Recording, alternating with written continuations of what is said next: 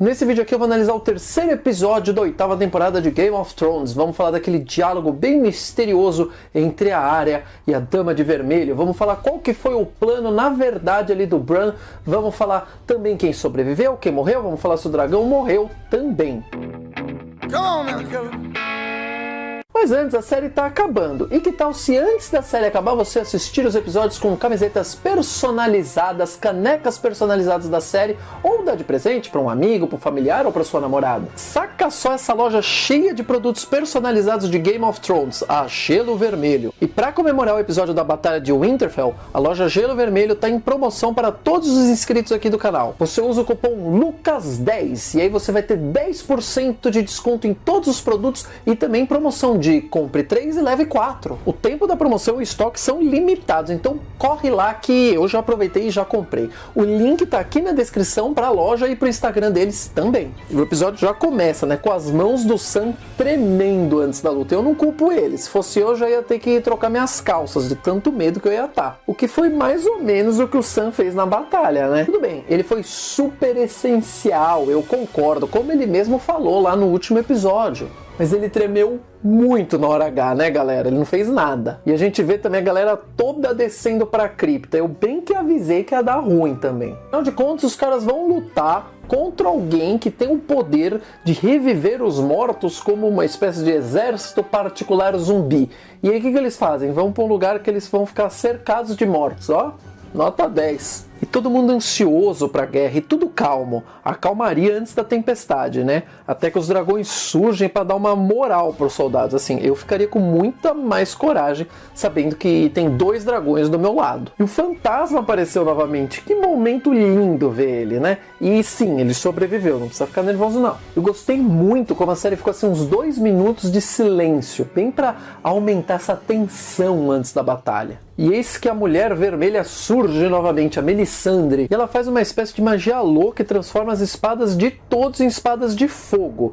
Eu queria ela aqui em casa para fazer esse esquema aí quando meu time faz um gol, muito melhor do que soltar rojão. E ela troca um olhar com a Arya Stark logo de cara, vocês sacaram, né? E ela fala pro Ser Davos que ela vai estar morta ao amanhecer. Ela foi ali para cumprir o seu destino, sendo o destino dela ajudar as tropas, tanto com a espada de fogo, quanto quando ela botou fogo ali na barreira, com toda aquela magia dela, e por fim, conversando com a Arya. O destino dela, ou seja, o que ela precisava fazer em vida, era justamente isso. Tanto que, quando a Arya chega naquela sala lá, quando ela tá fugindo junto com o cão, ela já estava lá, ela estava esperando a Arya naquela sala. E ela fala para a Arya: o que dizemos para o Deus da Morte? Hoje não. E essa fala, quem ensinou para a Arya foi o professor dela, o Sírio, Forel de Bravos. Seria então a Mulher Vermelha, a Melisandre, na verdade, o Sírio? Será que ela tá ali conversando com a Arya a série inteira e a gente não percebeu? Teria ela a habilidade de mudar de rostos como a Arya e ensinou ela tudo que ela sabe? Não, definitivamente não. O que acontece é que a Melisandre consegue ver coisas no fogo. Provavelmente ela viu esse passado da Arya e já tinha entendido que seria ela a Arya que colocaria um fim nessa guerra. E com isso ela foi pesquisar mais a fundo a vida da Arya. Tudo isso no fogo, não foi na enciclopédia. Não vamos esquecer que ela, Melisandre, sabia que Jon Snow não era um bastardo, e sim da realeza, por isso que ela pergunta se ele era virgem ou não. E ela também falou pro Jon Snow: você não sabe de nada, Jon Snow. E no final do episódio, cumprido o destino dela, ela simplesmente tira aquela gargantilha ali dela, que segurava o envelhecimento dela, afinal ela tem mais de 400 anos, e aí ela envelhece tudo de uma vez e morre de velhice ali. Bom, e já que a gente tocou no nome da Arya, vamos falar dela, que foi um baita episódio pra Arya. Parem de pagar pau pra Daenerys e pro Jon Snow, paguem pau pra quem merece, a Arya. A Arya Stark foi assim o Thanos de Game of Thrones nesse episódio. Primeiro que a gente já saca o porquê ela queria a lança daquele jeito lá dela. Ela pode usar a lança livremente em campo aberto, e quando dentro do castelo, ela desmonta e usa como 2 armas pequenas, tipo 2 tonfas. E ao passo que os zumbis vão conseguindo invadir ali o castelo, a Arya fica encurralada e acaba ficando com medo. Aliás, eles invadindo foi muito show. Me lembrou muito Guerra Mundial Z. Eles usando o corpo um do outro como escada, ou então aquela hora como tapete para apagar o fogo.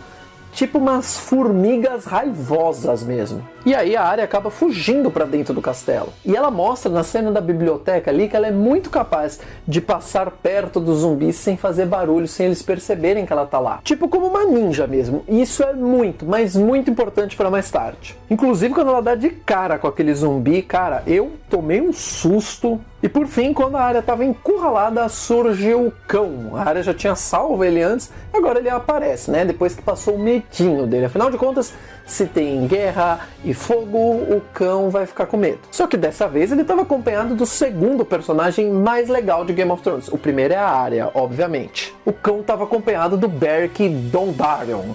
O cara tem tapa-olho de pirata, já ressuscitou várias vezes e tem uma espada de fogo, cara.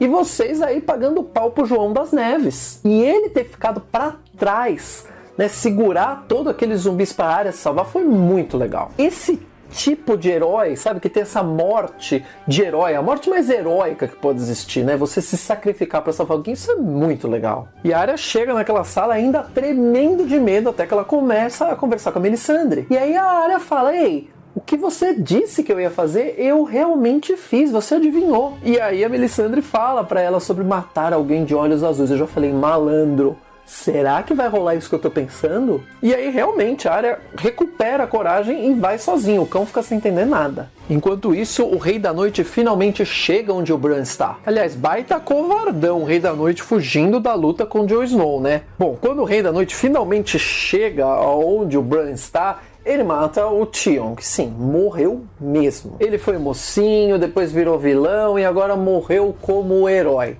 Ou seja, morreu, mas passa bem. Quando eles estão lá, um dos caminhantes brancos está parado, quando de repente o cabelinho dele assim mexe. É a Arya passando. Nossa, Lucas, mas como a Arya chegou lá sem ninguém pegar ela? Da mesma maneira que ela passou desapercebido pelos zumbis lá na biblioteca. A cena que ela voa e ela é pega pelo pescoço, cara, eu levantei da cadeira. Mas aí ela trocou a adaga de mão, como ela já tinha feito naquela luta, ensaio ali, treino contra a Brienne Starr.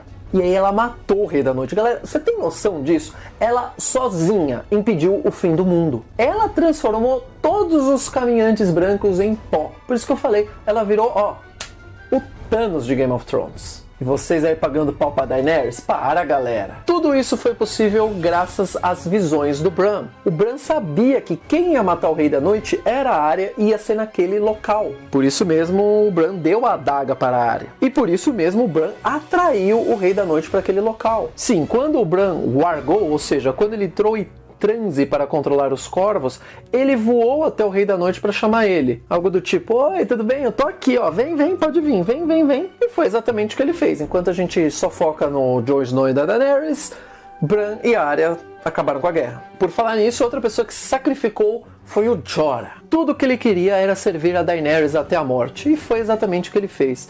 Ele foi levando golpe atrás de golpe e seguiu em pé.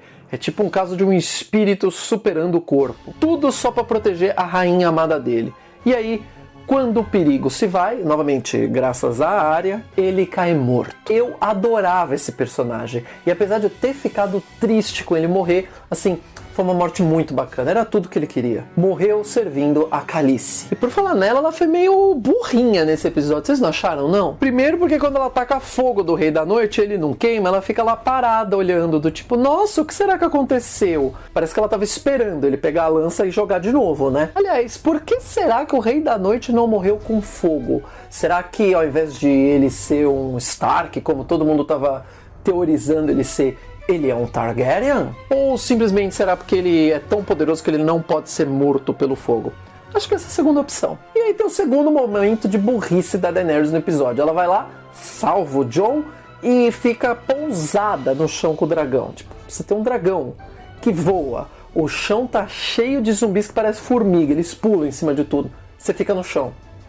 E vale aqui a menção honrosa a uma baita de uma guerreira, Lyanna Mormont, a Lady dos Ursos.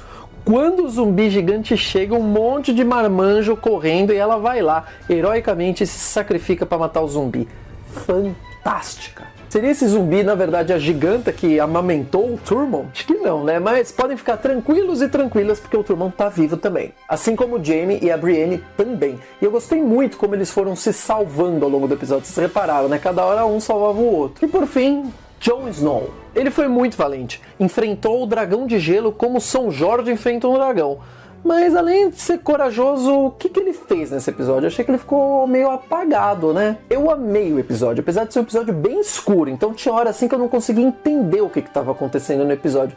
Mas eu achei que diminuíram muito o papel do Jon nessa luta. Mas valeu muito por ver aquela cena dele com a Daenerys voando e tretando com o dragão de gelo. Foi bem legal, né, galera? Podia ter durado mais só. E não, o dragão que tava com o Jon não morreu, ele aparece na prévia do próximo episódio, podem ficar tranquilos. E por falar nisso, amanhã, terça-feira, eu posto meu vídeo analisando a prévia do próximo episódio, tá? Meio-dia, pode anotar aí no despertador, vem pra cá assistir, beleza? Tem outros vídeos aqui do canal pra você assistir, nos vemos na próxima e valeu!